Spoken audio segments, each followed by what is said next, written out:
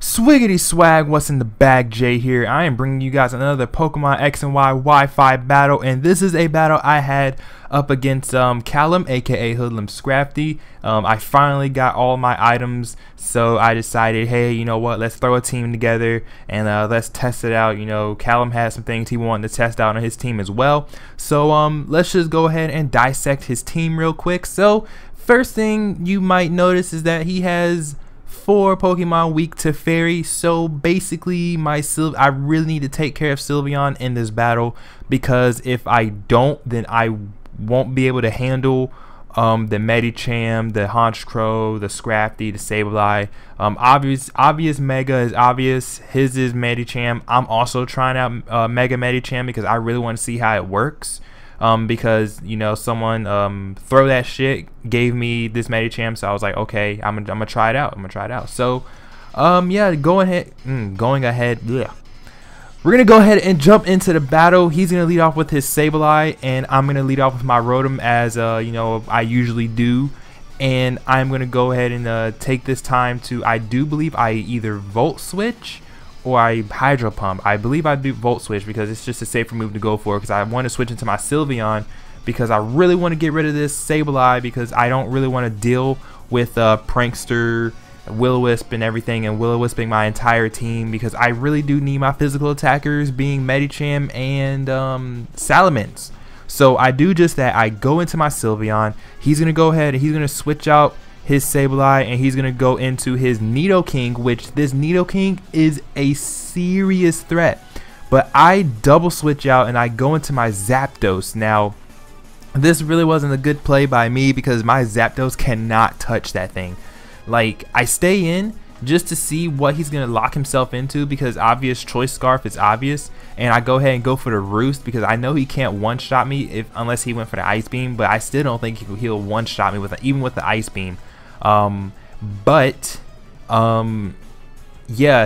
I see he's locked into Sludge Wave.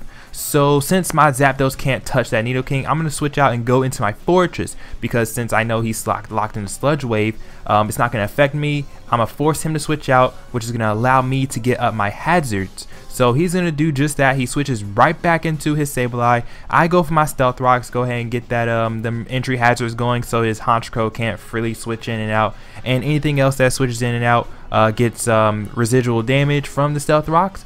But now I'm gonna go ahead and switch out and go back into my Sylveon, because just in case he wants to try to go for the Will-O-Wisp again, or yeah, he tries to go for the Will-O-Wisp. You know, Sylveon doesn't even mind the Will-O-Wisp, but he goes for the Taunt, which is actually good and bad, I guess. It's more bad than good, because he's gonna go for the Will-O-Wisp now. I'm gonna go for the Moonblast. I'm gonna go ahead and try to hit this thing for super effective damage, because you know, if you're unaware of, you know, typing and type advantages and shit, Fairy is super effective against Dark, so Sableye has a weakness. But I go ahead and take down the Sableye with the Moonblast, but he brings in his Nidoking. Now I run Protect on the Sylveon. The problem is I'm taunted, so I can't go for the Protect, so I have to switch out because I need to preserve my Sylveon. Even though my Sylveon has no decent special bulk, I don't trust it. But he actually goes for the Fire Blast. I was thinking that he was probably predicting my Fortress to come in, he was predicting me to predict him to go for the Sludge Wave, so he went for the Fire Blast because he thought I was going to switch in Fortress, if that makes any kind of sense at all. But he switches out, he goes into his Rotom, I go for the Substitute, and now I'm going to go ahead and take this time to go for the Roost, because I'm not really sure what this Rotom wants to do. If he tries to go for an electric type attack, I will be able to take it, because Roost gets rid of my flying typing, so I will resist the hit. If he goes for Hydro Pump, then he goes for Hydro Pump. It really does not bother me at all. So he chooses to go for Thunderbolt, and oddly enough, this Thunderbolt breaks my Substitute. So I was in a call with him, and I was like, Callum, is this thing Specs? And he was like, yeah. So this thing is Choice Specs, and Choice Specs Rotom Wash. This thing is a threat. This thing is mean. Like, it hits really hard. Like, watch how much my Zapdos takes from this Thunderbolt. Now this Zapdos is max HP, it's max HP, and then it has like weird EV split between defense and speed. but it's max HP, and it took it terribly. And I'm gonna go for the roost this turn, and he's gonna go for another thunderbolt because he's locked in on it. And like, Zapdos still takes a decent chunk of damage from the thunderbolt. Like, that is ridiculous. That is an insane amount of damage. But I'm gonna go ahead and switch out this turn because really I don't really want my oh no, I don't switch this turn. I switch next turn. Then I guess I just keep on going for the roost just to wear him down with the toxic damage, because toxic damage is racking up, which is, you know, what I want. You know, you always want can't talk because it's like 4 o'clock in the morning. You want toxic damage to rack up nicely. So it's racking up pretty nicely on this Rotom. But now I switch out. And I go into my Sylveon again, because I figured Sylveon would be a lot better to take the Thunderbolt. But he actually switches out and goes into his Nidoking. So now I have to go for the Protect to see if do I go for the Protect? That would be a very smart thing to do, Jay. Please tell me I went for the Protect, because that would be a good thing to go for, because then you would know what he was gonna. Yes, I do. Good job. Good shit, Jay. You are smart. So I go for the Protect to see what he's gonna lock himself into. He locks himself in the Ice Beam. And my Sylveon can't really touch this Nidoking either. My only stab is my only attacking move is Moonblast. I can't go for the Toxic on it because it's part poison. There's no point for me going for the Wish right now. And yeah, but I go into Medicham. Now I don't understand. I don't know why I went into Medicham here. I guess I just wanted to go into it just to, you know, see if it can take an Ice Beam and then, you know, force him to switch out, being afraid of the Psycho Cut or something, or Zen Headbutt or whatever, but he doesn't. So now I actually go into my Rotom, which is what I wanted to do before, but I didn't. I don't know why. That was really dumb of me. But he's going to switch out, and I do believe I predicted him to switch out, or either that or I just go for the Hydro Pump here. No, I go for the safe Hydro Pump here. I know I do, because just in case he didn't switch out, I could easily take out that Nidoking, and if he did switch out, I can hit something else that comes in with for you know, nice damage. But unfortunately, that toxic damage is not enough to take out that Rotom, so I'm gonna have to actually take a mean hit from that Rotom. So I just go into my Zapdos, because really, honestly, Zapdos, out of all of the members on my team, Zapdos is the most useless one. Like, it can't do anything to Nidoking. It just can't do anything. This thing is useless to me. I don't need it. That's why I switched it in on this Rotom to take the hit. But he is gonna lose his Rotom to toxic damage, so that is fantastic, because that thing hit really hard. But he's gonna bring in this Nidoking, and of course the Nidoking is gonna go for the Sludge Wave. I go ahead and just let my Zapdos die because I don't need it anymore. I didn't need it in the first place, actually. Actually, this thing was basically death fodder the entire time. But now I get a free switch into my Rotom, and of course he's going to be scared of the Hydro Pump, so he's going to switch out and go into his Scrafty, which I do believe I go for the what do I go for? I go for why do I go for Will-Wisp instead of Hydro Pump? The fuck? I don't know why I went for that, but it's fine. Either way, I missed, so it's like I didn't even go for the move. But since he sent in Scrafty, might as well send in Sylveon, because I mean, hey, what can a Scrafty actually do to Sylveon if it doesn't have a poison type attack?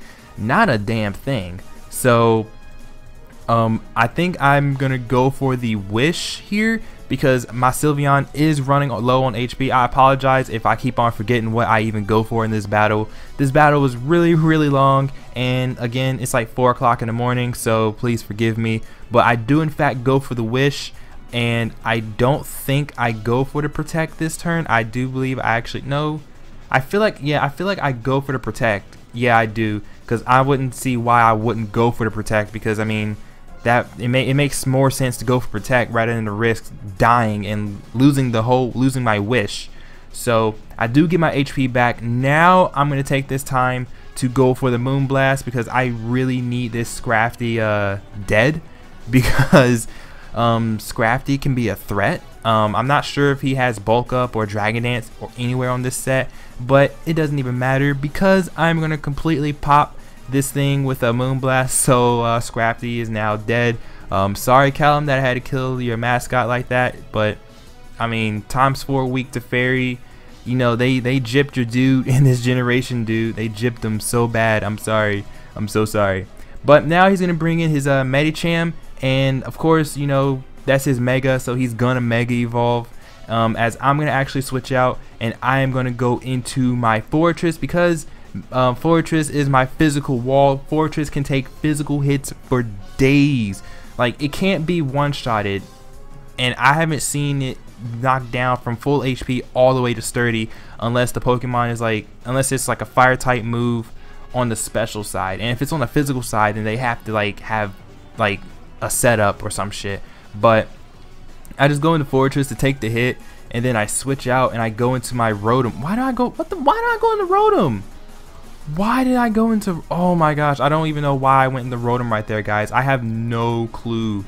I have absolutely no clue. So I lost my Rotom. That was my only solution to that Nidoking, and now that that's gone, Rotom's gone. Now Sylveon's gone too. I have no clue. I think I just started playing really bad here. But I bring in my Salamence. I'm Choice Scarf, so I know I can outspeed this Medicham. But it doesn't even matter because the Medicham is going to live this Dragon Claw, and that was a crit. That was a crit, and it lived. So now I lose my Salamence. This Mega Medicham is just putting in work, and it's just working my team to death. So I just bring back in my Fortress, and this thing goes for the high jump kick. And I mean, Fortress, wow, that pure power. That is pure power, you guys. That's the power of pure power. But I go ahead and go for the Gyro Ball and just take out the Medicham, because I mean, why not? I might as well just try to at least get the score a little bit lower, or closer rather. But he brings in his Nidoking again. This Nidoking is just a pain in the butt, and he goes for the Earth Power because, you know, why not? He might, I mean, there's no point in trying to go for the Fire Blast and risk missing the Fire Blast when you can just hit with the 100% Earth Power. So he's going to take out my Fortress. I go into my Medicham. I just Mega Evolved for the sake of it, but in the end, it doesn't even really matter because the Nidoking is going to outspeed me anyway. So Callum is going to get the W in this battle. So good game, Callum. If you enjoyed this, please leave a like, comment, subscribe. Go check out Callum. I'm pretty sure all you guys know him. And yeah, I will see you guys later. Peace.